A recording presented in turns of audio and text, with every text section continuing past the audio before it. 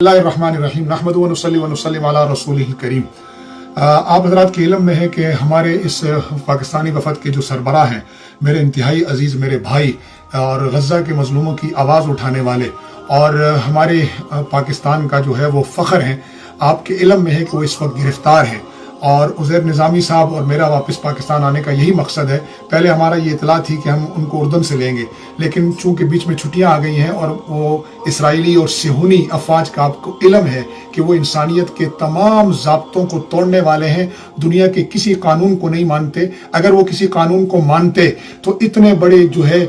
انسانی ہمدردی کے قافلے کے ساتھ یہ سلوک نہ کرتے کہ بندوقیں لے کر ان پر کھڑے ہوئے۔ میں یہ سمجھتا ہوں کہ یہ صہیونی ریاست خود سب سے بڑی دہشت گرد ہے، اور الحمدللہ آپ دیکھ رہے ہیں کہ پوری دنیا میں اس عالمی قافلہ استقامت کے اثرات مرتب ہو رہے ہیں، اور غزہ کے مظلوم مسلمانوں کو ایک حوصلہ ملا ہے۔ بے شک اس میں کوئی شک نہیں ہے کہ یہ قافلہ وہاں غزہ کے مسلمانوں تک نہیں پہنچ سکا، ان معصوموں تک دودھ نہیں پہنچا سکا، ان کے منہ میں روٹی کے لقمے نہیں ڈال سکا، ان کے زخموں پہ مرہم نہیں رکھ سکا۔ لیکن اگر آپ دوسری طرف سے دیکھیں تو اس قافلے نے پوری دنیا کے اندر غزہ کے مظلوموں کی حمایت کے اندر ایک بہت بڑا طوفان برپا کیا ہے، اور یہی طوفان انشاءاللہ صہیونی ریاست کو اور اس کے ظلم کو لے ڈوبے گا۔ میری گزارش کرنے کا مقصد یہ ہے کہ ہمارے مشتاق احمد خان صاحب جو ہمارے بھائیوں کی طرح ہیں، ہمارے بڑے ہیں اور جو ہمارے دل کے اندر ہیں، جن کے ساتھ ہم اکٹھے کھائے پیے اور اٹھے ہیں، ہم کسی بھی صورت ان کو اسرائیلی صہیونی ظالموں کے درندوں کی قید میں نہیں رہنے دیں گے۔ آپ نے اور میں نے عزم کرنا ہے کہ جس طرح ہم نے غزہ کے مظلوموں کے لیے آواز اٹھائی ہے، اسی طرح ہم غزہ کے مظلوموں کے لیے آواز اٹھانے والے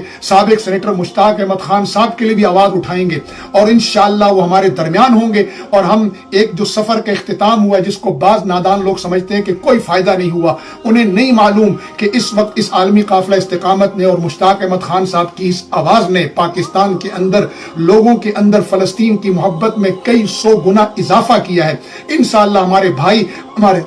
اس وفد کے سربراہ سابق سینیٹر مشتاق احمد خان صاحب پوری عزت کے ساتھ، شان و شوکت کے ساتھ فاتح بن کر انشاءاللہ غازی بن کر واپس آئیں گے، اور ہم ایک مرتبہ پھر غزہ کی تحریک کو اٹھائیں گے۔ میری آپ سے گزارش ہے کہ پرامن انداز میں اس وقت تک اس معاملے کو گرم رکھیں جب تک غزہ کے مظلوم مسلمانوں کی داد رسی نہیں ہو جاتی، اور جب تک ہمارے بھائی مشتاق احمد خان صاحب رہا نہیں ہو جاتی صہیونی جبر کے اندر سے۔ اس لیے آج ایک آواز سب مل کر اٹھائیں، اور میری اور نظامی صاحب کی اور ڈاکٹر اسامہ صاحب، خطیب الرحمان صاحب، اسماعیل بھائی، ہم سب کی تو یہ اس وقت تک مشن ہے کہ ہم انشاءاللہ مشتاق احمد خان صاحب کی رہائی کے لیے آواز اٹھاتے رہیں گے۔ مسئلہ ان کی رہائی کا نہیں ہے، مسئلہ غزہ کی آواز کو دبانے نہیں دیں گے، اور مشتاق احمد خان صاحب غزہ کی ایک آواز ہیں۔ ہم تمام تر علاقائی، جماعتی، لسانی عصبیتوں سے بالا تر ہو کر اپنے بھائی مشتاق احمد خان کی آواز اٹھاتے رہیں گے۔ انشاءاللہ وہ بہت جلد ہمارے درمیان ہوں گے، اور انشاءاللہ العزیز ہم ایک مرتبہ پھر پہلے سے زیادہ طاقت کے ساتھ غزہ کے مظلوموں کی آواز اٹھائیں گے،